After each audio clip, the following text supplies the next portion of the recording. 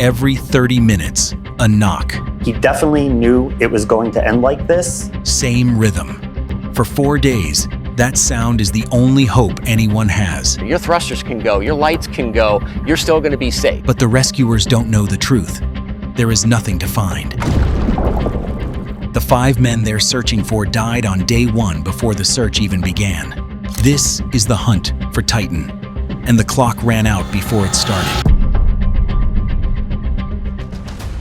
To understand how 5 people ended up racing against an oxygen supply that was never going to save them, you have to go back to one man's decision, made years earlier, in a boardroom, not an ocean. Stockton Rush wanted to be first, not first to see the Titanic.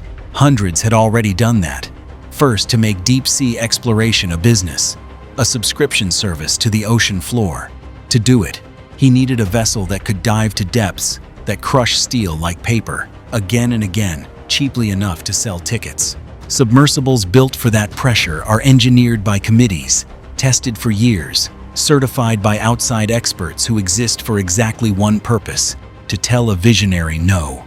Rush did not want to be told no. He built Titan's hull out of carbon fiber, lighter, cheaper, untested at this depth, at this scale, for repeated dives. Engineers inside his own company warned him. One safety director filed a formal complaint. Rush fired him.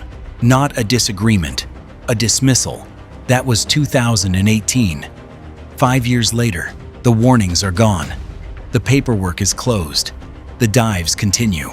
The 18th of June 2023, 600 nautical miles off the coast of Newfoundland. Titan begins its descent at 8 in the morning, carrying 5 men into the dark. Stockton Rush at the controls, British explorer Hamish Harding, Pakistani businessman Shahzada Dawood, and beside him, his son Suleman, 19 years old, and Paul-Henri Nargeolet, a French Navy veteran who had visited the Titanic wreck more than any human alive. He knew this descent better than anyone on Earth. It is 9:45 a.m. The surface ship receives a routine communication, depth and status, nothing more, then silence. 1 hour and 45 minutes into the dive, contact with Titan stops, completely. No distress call, no signal, no warning at all. Somewhere in that silence, in a fraction of a second too fast for a human nervous system to even register pain, the hull fails. It is over before anyone on the surface knows to be afraid, but they don't know that. And so the search begins, and with it, a countdown the world will watch in real time. Titan carries roughly 96 hours of breathable air. The clock starts now.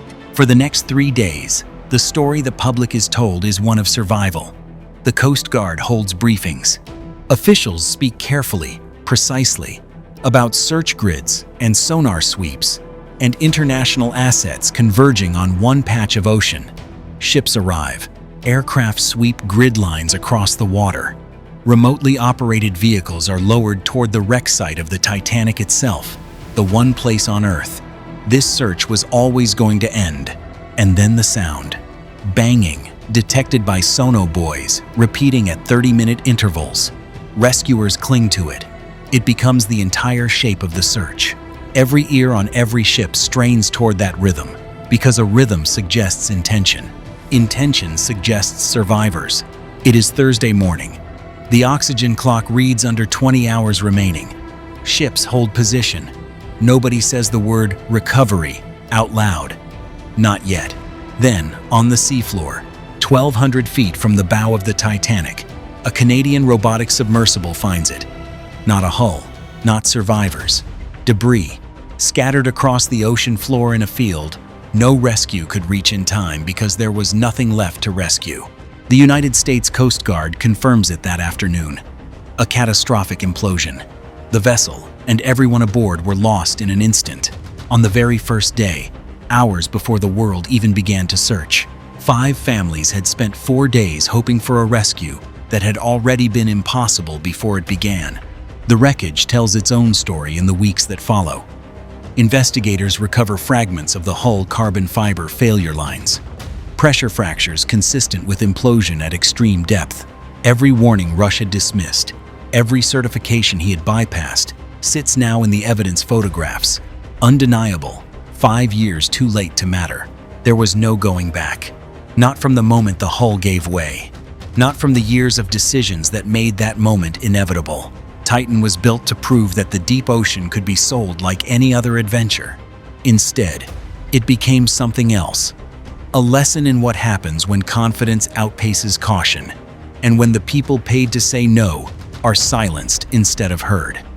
One warning ignored, one hull untested, one dive too many.